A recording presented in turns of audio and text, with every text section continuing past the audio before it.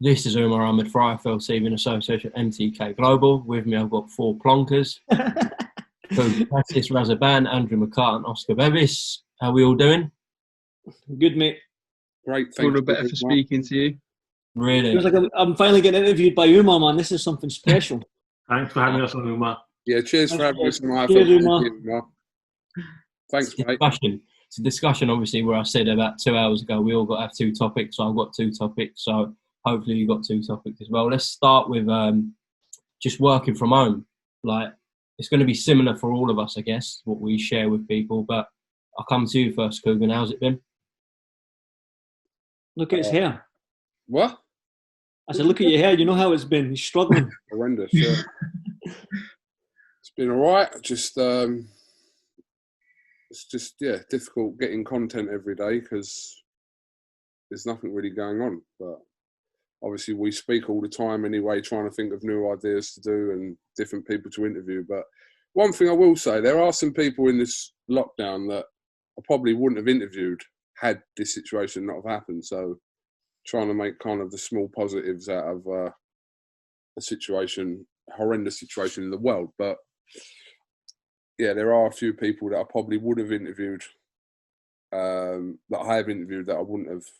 So yeah, definitely. I can relate to that as well. There's a few names like Michael Moore, Roy Jones Jr., Vinny Paz, Jerry Cooney, where in our normal day-to-day lives, where we're so busy, we wouldn't get on a Zoom call and think of getting them really. So in some ways it's been good in that, but obviously it's been tough in terms of getting people where you'd think everyone sat home, it'd be easier. How have you found it in terms of yourself, Raz? Strange, very strange. Echo KUGAN's words. Content is always difficult to get, and most importantly, it's the topics. You know, what do you discuss with the fighters? You know, there's only so much Joshua Fury Wilder you can talk about before fans start slating us in the comments. So it's very difficult. And then you do have some great people in the industry there's so many people I could just text now and say, listen, I know I interviewed you last week, can I get you again? But a bit disappointed. There are some fighters out there that are literally, they're sitting at home, there's not a lot to do.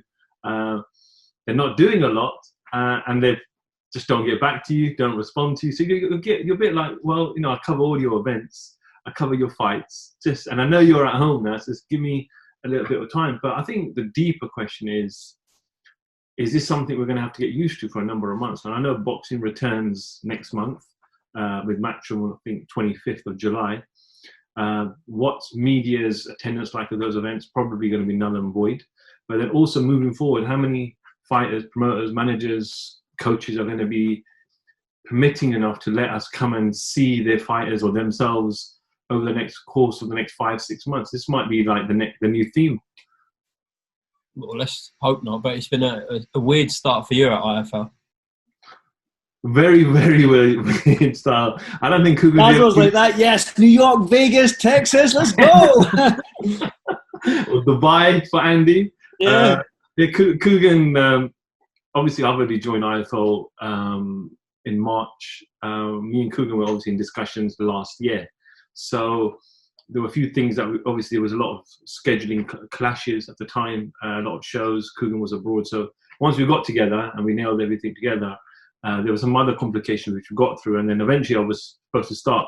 I've only really done one show, I think, one proper show, if KUGAN correct me. I think that was the Manchester show, Carol and Quigg. Yeah. Other than that, I've done some Floyd events, but it's been complete Zoom. So yeah, still waiting for KUGAN to formally introduce me to the world. So it took you a year to pin down. Is that what you're saying? No, can I just clarify something, right? This sounds like RAZA was poached from another outlet. Me and RAZA started talking once RAZA had kind of left his previous post.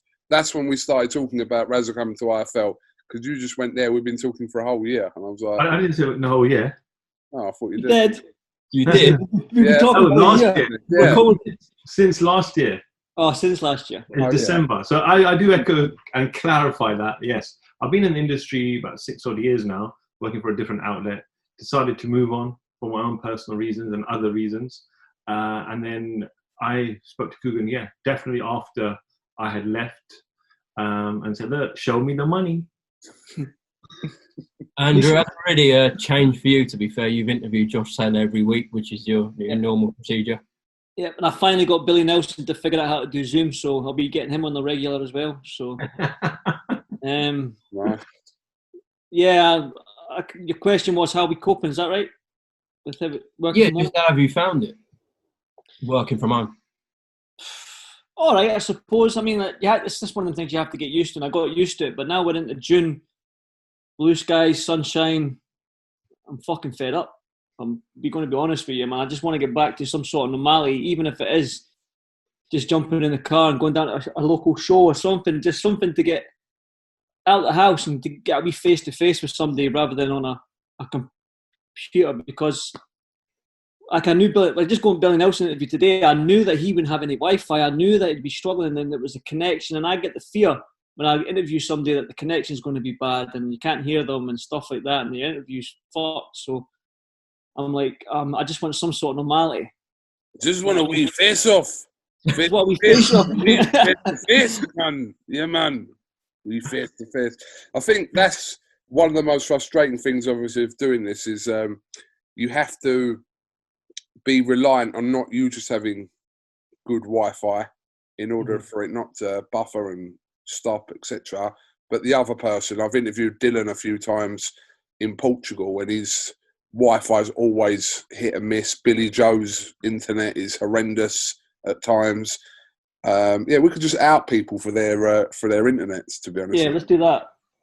But yeah, the reliability of it, and because like I said, if you're at home, normally your home Wi-Fi is good enough, but some people obviously decide to walk along the streets and do interviews and that as well sometimes as well, which isn't handy, or they go and sit themselves in the car. So Umar was doing that with somebody. He was walking rather, not the person. Yeah, Shannon Briggs was on live, and I was just walking down my street, so I couldn't tell Shannon to wait, so I got indoors. I'll ask you all now, what's been your favourite? What about Oscar? Thanks for that, yeah. Oh, I'm sorry, I didn't realise he was in the chat. Forget about me. Yeah, in Saturday morning. Go on, how's your experience been? It's stressful because obviously I'm bored, but it's stressed to the point where, obviously, because I wanted to try and build on like my first American experience. A few people started to say nice things about my interviews, which is always good. Thought I'd come back, get some big shows, me and you in Manchester for Dilly and Paveckian, get more big interviews, try and build something. But then this hit, and it's stressful on a personal note because of what happened in Miami. Do you know what I mean? I've got a respiratory disease, so I can't, basically I've been told by the hospital not to leave the house, so I can't even really go out to the shops or anything. So I'm locked in, and I had a few family things as well. So it's been on a personal level probably one of the shittest times of my life. But on a work level, it's hard because I don't have the contact as well. I can't just bell up Dillian and say, can I have 150k views or something? It's belling up sort of your small hall boxes and saying, do you want to talk about your career? So, yeah. You see that? All in all, don't sound great. The thing with that, having a small hall, you can get like maybe 5-6 of them rather than just one big Dillian. Just get 5-6 fighters on the go. Yeah, but even that only makes about 15k. And the thing is, once it's the small hall guys, once you speak to them about an issue or a topic, you can't really speak to them about it again because it's all quite similar. Because the developments are all obviously surrounding the big fighters.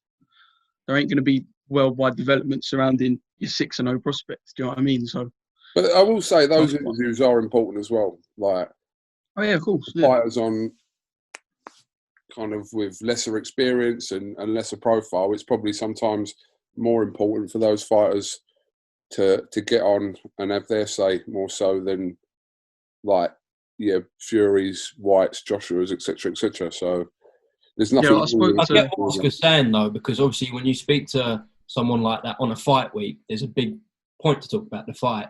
Whereas now, obviously, there's not news around you sort of small to mid-tier fighters. It's only around the big fighters. So it is. I know what he's saying. It's hard to speak to a small level to mid-level fighter at the moment because there isn't any news on them. There's no fight dates for them, which is what we normally. That's why I've had to look for sort of stories. Like yesterday, I interviewed Joe Jackson Brown, who I looked. He hadn't been on the channel since 2015, and he'd been to prison for a couple of offences and stuff, and he's wanting to come back. So there's a story there. I've got one later with somebody who's going to do like a journeyman sort of story and how like life is for a journeyman. So you've got to find people who've got a different story rather than when's your next fight going to be, who you're looking at in the division, etc. You've got to find interesting topics. All right, before I forgot out, Oscar, I was going to ask your favourite or best interview during the lockdown only. So, KUGAN, what's it been?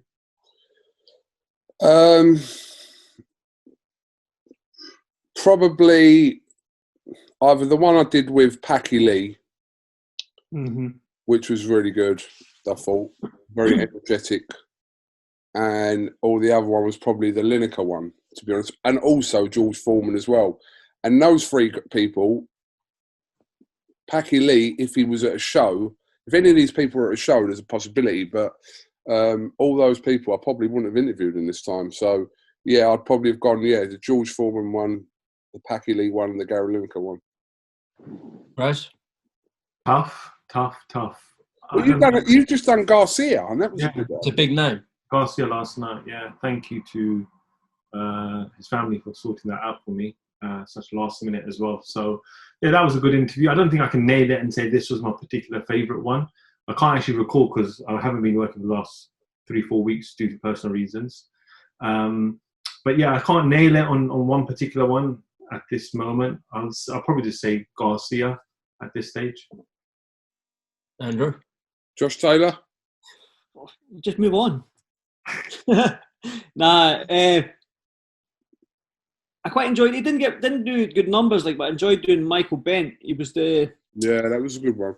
Yeah, it was an hour long as well, but his story was amazing. He's on that Netflix documentary Losers, and I didn't know Michael Bent. I know that he got beat by Herbie Hyde when he knocked out Tommy Morrison. That was it.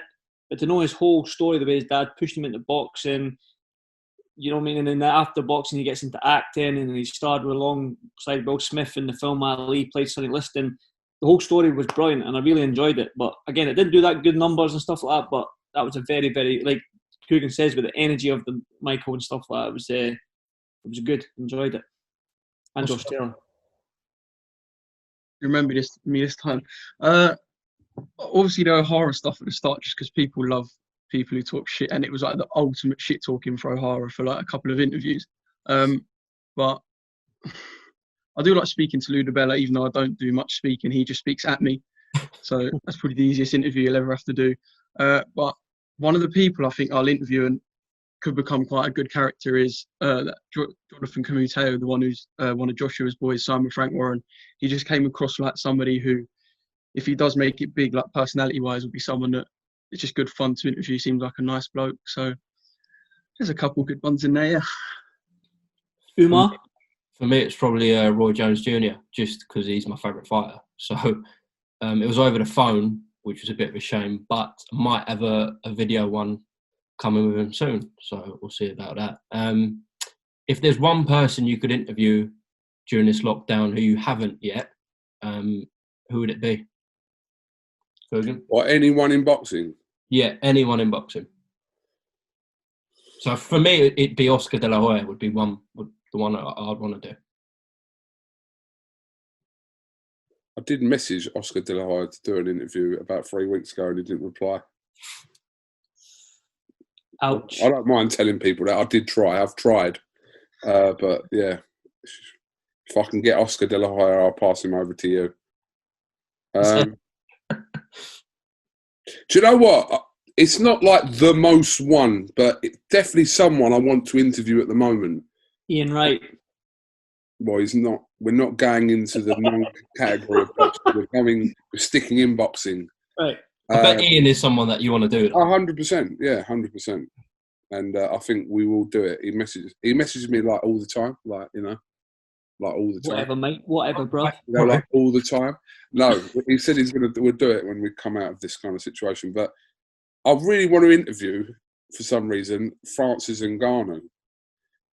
I don't know. I just really want to interview him. And the Dylan White thing's a good topic, though, isn't it? Yeah, that's why I want to interview. You wouldn't have said that before this Dylan stuff, would you? So. No, probably not. But right now, currently, he's like high on my priority list of trying to interview. So we'll see. Raz? Oof. Been fortunate to have interviewed many great current and those fighters that have now retired as well. Now trying to think if I was to nail one, someone who I haven't interviewed face to face. and someone I would love to interview now is probably a man who might come back, Mike Tyson, personally. I have met him once, and I share a story with you. Actually, Kugan, he was there. Remember? What, in Slough? No, Mayweather McGregor. Mike Tyson in Slough. Yeah. I'd see the day, mate. See, it's me, you don't even know your history. There is an interview with me and Mike Tyson in Slough. In the centre. In the centre. Random. Was it Slough? It was Slough. Yeah. It was Slough, the centre. I remember seeing that. Carl sorted that out. Carl Holders, yeah. It's not There you the go. best interview in the world, I will admit, but there is an interview on there with Mike Tyson. I do admit, though, interview Mike will probably be very, very tough because I've always been a big fan of his. And also, you don't know what you're going to get from Mike and what personality. So I remember during Mayweather McGregor week, me and Kugan went to a small show during the week, which was done by Mayweather Promotion for the kind of lower level fighters at the, I think it was a Hard Rock Casino. Oh, no, it wasn't. It was Sam's Town. And I went to the event, and Kugan saw me, and he's like, "There's Mike." Kugan actually said that to himself. There's Mike. Now, Mike was sitting on seat number 2, on row number 2, and someone was sitting on seat number 1. But then there was no one sitting on seat 3 to about 20. So there was a huge gap. So Kugan was like, "Let's go and sit." So we went. So Mike's on seat 2. I didn't have the guts to go and sit on seat 3 because Mike probably looked at me like the whole row is practically free. So I sat on seat 4, so just one away from Mike, and Kugan was on seat 5. And I'm not lying. My phone was buzzing in my pocket. I was scared to answer my phone because I felt Mike might think I'm trying to take an undercover picture and I might just get a slap. Generally, I'm not lying. That was going through my head at the time. Mike was eating some popcorn. So I pulled out some Starburst. Everybody knows I always got sweets on me wherever I go. So I was eating some Starburst, and these are lovely Starburst because they don't have the packet on it, the wrapper. It's just like you pick it out and you eat it. And so I offered some to Mike. I thought I got to break the ice somehow. So I offered it to Mike. He looked at me. He just gave me a little smirk. I'm like, all right, that was a little smirk. So I'm not like, Kugan didn't say nothing. He was just sitting next to me, just like, what did he say? What did he say? And then eventually I asked Mike, could I ask you a question? And obviously no cameras here. And I asked him, this is like a kind of a personal question I asked him, and he was happy to kind of convene and answer that. But you have to remember as well, marijuana is legal in that country. So you don't realize who is actually high at the time. And I think Mike was quite high at the time as well, which shouldn't help the cause. Right, that is a random story. But anyway, so Mike Tyson, I can't argue with that suggestion. Andrew, can you name a non-Scot, please? Nah, I can't actually. Nah, I would have done Mike Tyson as well because I would go up to Mike Tyson, and even if he just knocked me out for asking the wrong question, at least you can see your grandkids you've been knocked out by Mike Tyson. Do you know what I mean? That's just That's the title of the video. Yeah. I think you out. I think we're portraying a wrong image of Iron Mike Tyson. Yeah, we've seen him kick off in interviews, to be fair, yeah. But if he did kick off in an interview you was doing with him, it'll probably double the views it was going to do. Because the big interviews with Mike are like the ones where he's swearing and that. So, I'll go for Sugar Ray Leonard. I think I'd like to speak to Sugar Ray Leonard, man. I think he's his career's been quite good. I've followed him. My favourite boxer of all time, believe it or not, isn't a jock. It's Roberto Duran. I absolutely love Roberto Duran, even though he cheated Ken Buchanan. But yeah, so Sugar Ray Leonard, I think he'll be a good one, especially with today's events and stuff like that, to get everything, his thoughts on it all and stuff like that. So Sugar Ray. Oscar? I'll go 2 levels because before this, the only boxer that I've ever actually supported is George Groves. So I always thought before I was in something like this, I'd want to interview George Groves, which now seems so reasonable and realistic because he knocks about, shows press conferences and that. And I have asked Andy O'Neill. I'm not sure. I just knew it weren't going to happen, but I'd love to interview Conor McGregor. I know he's going quite quiet at the moment, but with the fact that UFC boxing crossovers becoming more and more likely, by the month, and it's getting more and more reasonable. I just think at the moment Conor's just a spot-on interview for anyone, but he seems to have gone kind of quiet. So yeah. We've had Conor on once, haven't we? Kugan done him in New York. Conlan fight, yeah. Conlan fight. That was 6 months before his fight with Mayweather. All right. Moving on. Who's 3 your one, then? fights you'd like to see when boxing's Who's back. your one? What? Who's your one? Oscar. Delaware. Oh, you already said it. Actually, you know what? Another one I would like to do is Max Kellerman. I just like listening to Max. Yeah, I thought we were talking about kind of ones that we could obtain but haven't yet. Like, No, anyone. oh, yeah, I Actually, mean, I'll chuck Michael Rapport in there as well. Michael Rapport in there. Michael Rappaport. yeah. Yeah. He's been around some of the events, like in America. He's always around, floating around some of the Vegas shows and stuff. I think if you reached out to Rappaport, you'd probably get him. I would go. Just send a tweet out and get everyone to retweet it. Sorry, Umar, this is your interview. Carry on. No, we can open it up. But my last kind of talking point is 3 fights you'd like to see when boxing's back. Any between, it can be domestic or international, but you can't say Fury Joshua because that's everyone's going to say that. So Canelo to fight an actual light heavyweight. What? Like Canelo to fight like a young, fresh light heavyweight like Bivol. All right, Canelo. All right, you've just gone straight in with a shout. Fair enough. Yeah, obviously, I'd prefer to see Canelo Billy Joe, but if that's not going to happen, I'd like to see Canelo fight Turbiev or Bivol. Okay. Spence Crawford. Yeah. Brad? You know, a fight I would love to see, because I'm all about the trash talk. Billy Joe, Jamal Charlo. Yeah, The press conference would be epic.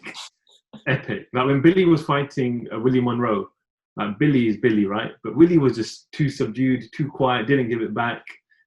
Probably the most awkward face-off we saw at the press conference. I don't know if KUGAN, if you were there. Like that, if you go back to the content, that was probably the worst face-off ever. Just go back and refer to Willie Monroe and Billy Joe. But yeah, Billy and Jamal will be epic. Yeah, that would be quite volatile, I reckon. Andrew? Taylor Ramirez. There you go. You've got it. We're all sitting there going, don't say it, don't say it, don't say it, don't say it, don't say it. I'll say it. I'm not hiding the fact anymore. I'm not going to hide the fact. I think people know that.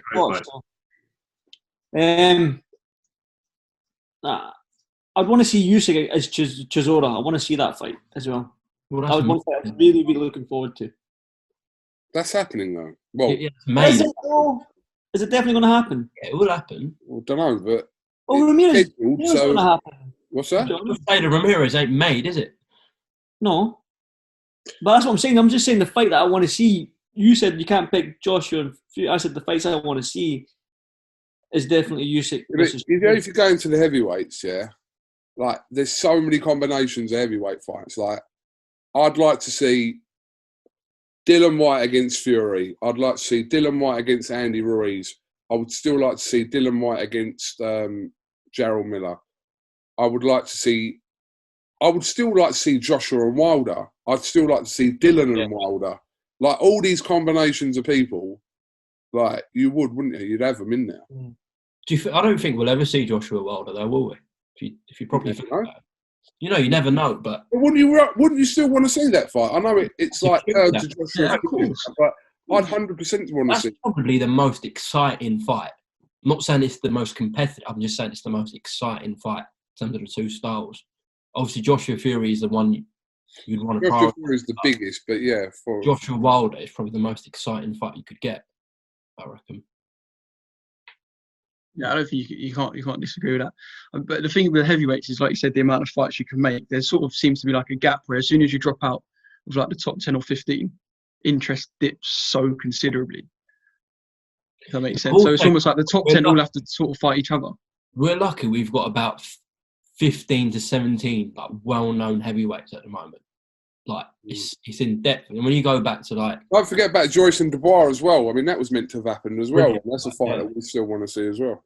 Yeah, and I love the lightweight division right now. That division is just Javante Davis, Chenko, Teofimo. My favorite fight in that division is probably Javante and Devin Haney, just because the whole Floyd Mayweather factor as well in there now.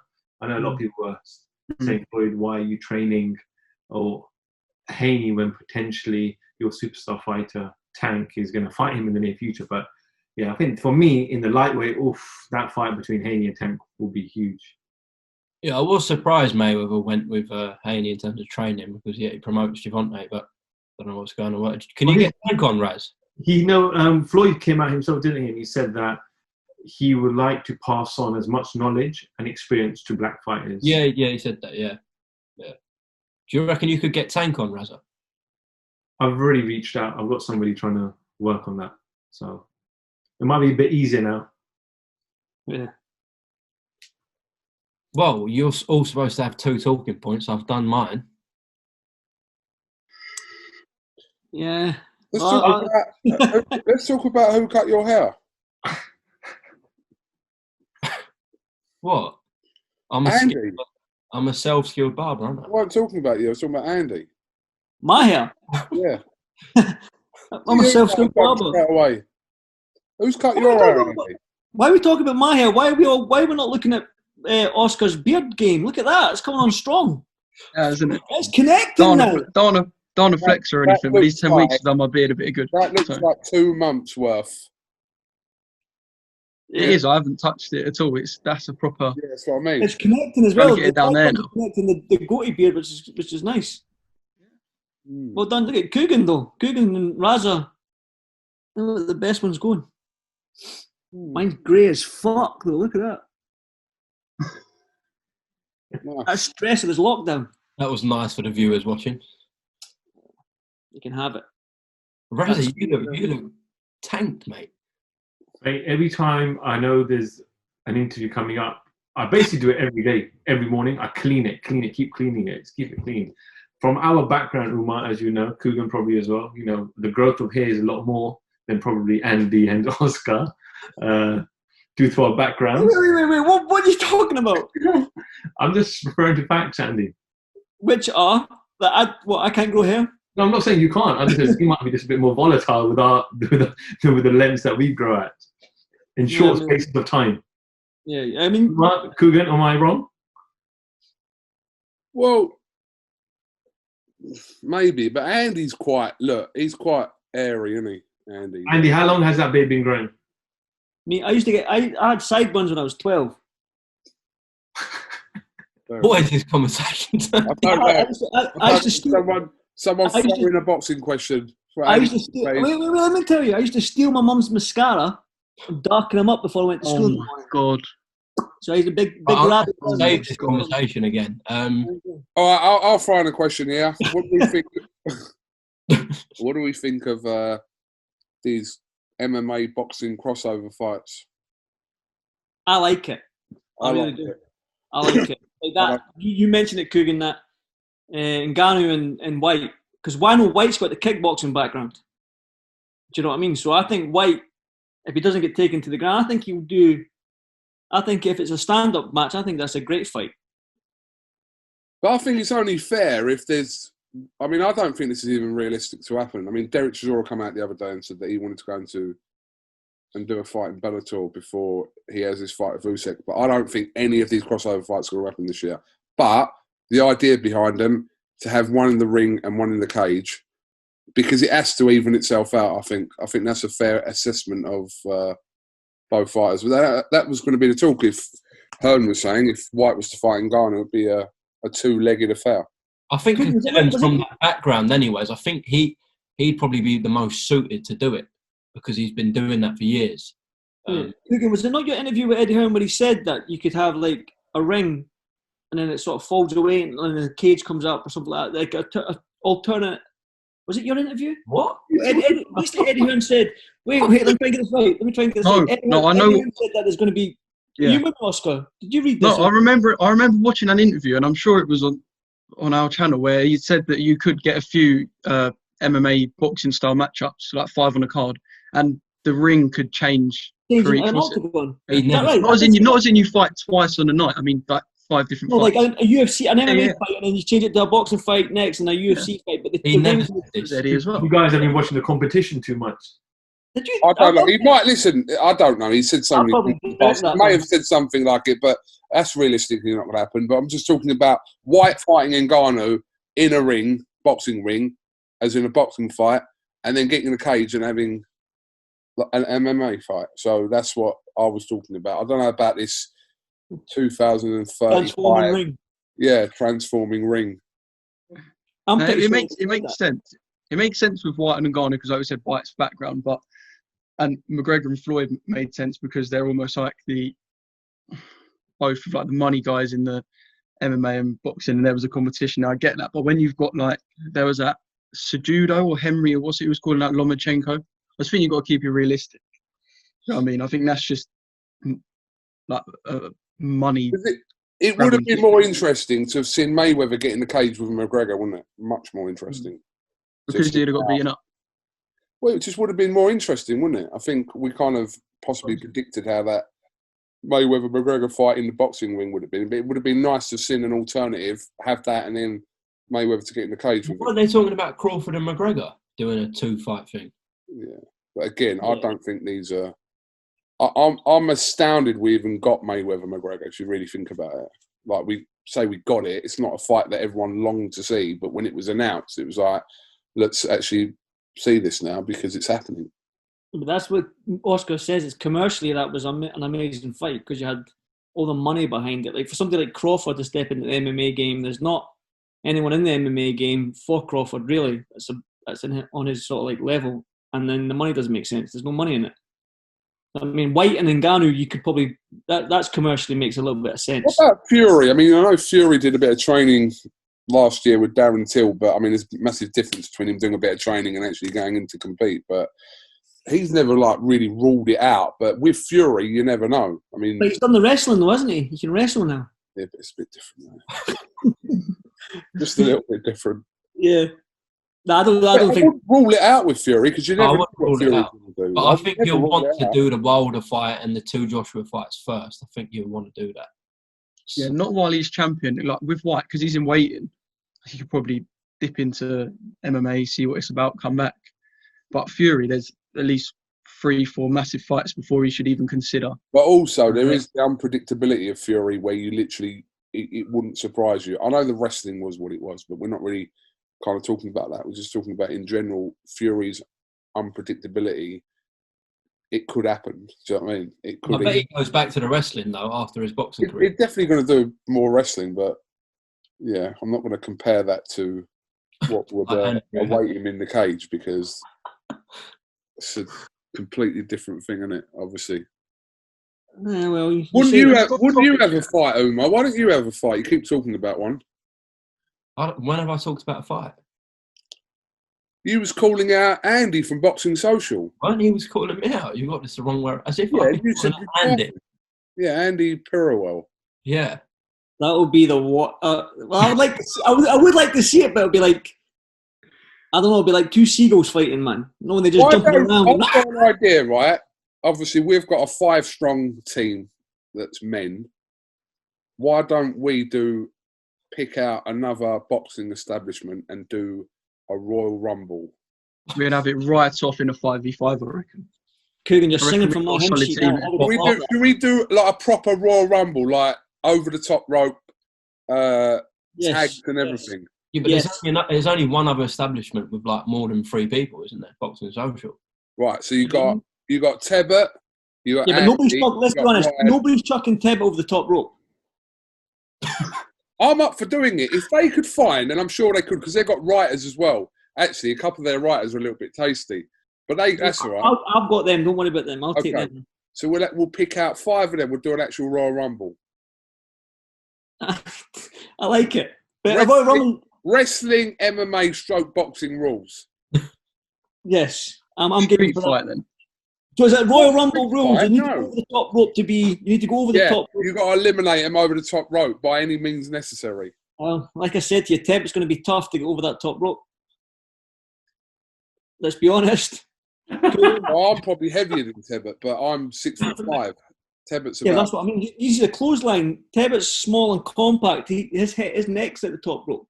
So you can't clothesline him over. Because you're already gunning for Tebbet, aren't you, Andrew? Yeah, I'm pretty what? Yeah. No, This will definitely sell out your call. I like Rob. I'm just trying to think strategically how we're going to get Rob. Everyone else we can. Andy Puel, or in fact Ryan Elliott. He's quite a tasty fella as well. I love the way you use the word tasty to define them. Tasty. It's tasty. What do you mean? All right, we'll issue out an open challenge then. This has got to be Royal Rumble, yeah? Over the top rope, that's the only way you win. But you can use any method of boxing, MMA, or wrestling. Is this the Just title? bare knuckle as well. No, it's not. Well, yeah, I suppose. So you have to get him over the top rope in boxing gloves, yeah. It's got to be bare knuckle, isn't it? Well, that'd be more interesting to try and get him MMA over gloves. the top rope. MMA gloves. The forearms MMA. MMA gloves. MMA gloves, okay. Eye gouging. No. I like that. I like that. That's a great idea. I'm going to start putting on a little bit of weight. Tom Little's Royal on. Rumble. Yeah. Yeah, absolutely. Umar? Well, how long has this been running? I can't 40 see. minutes, which is Oh, kind of what we wanted. Yeah, it is, and you haven't got any other topics to suggest, the four of you anyway. So I think it's run its course.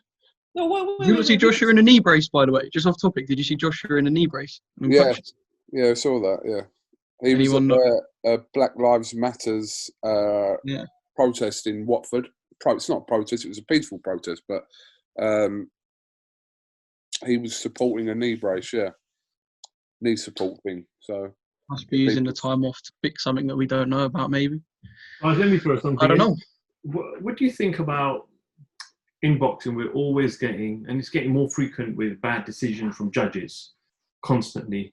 We're never really allowed to interview judges on how they saw the fight. Do you think there should be one particular, because say you got 3 judges, each judge, there isn't really a criteria from what they're judging that particular fight at. They could be judging it at punches thrown, punches landed, different things. Do you think there should be one criteria, one? And 2, do you think more fighters should become judges?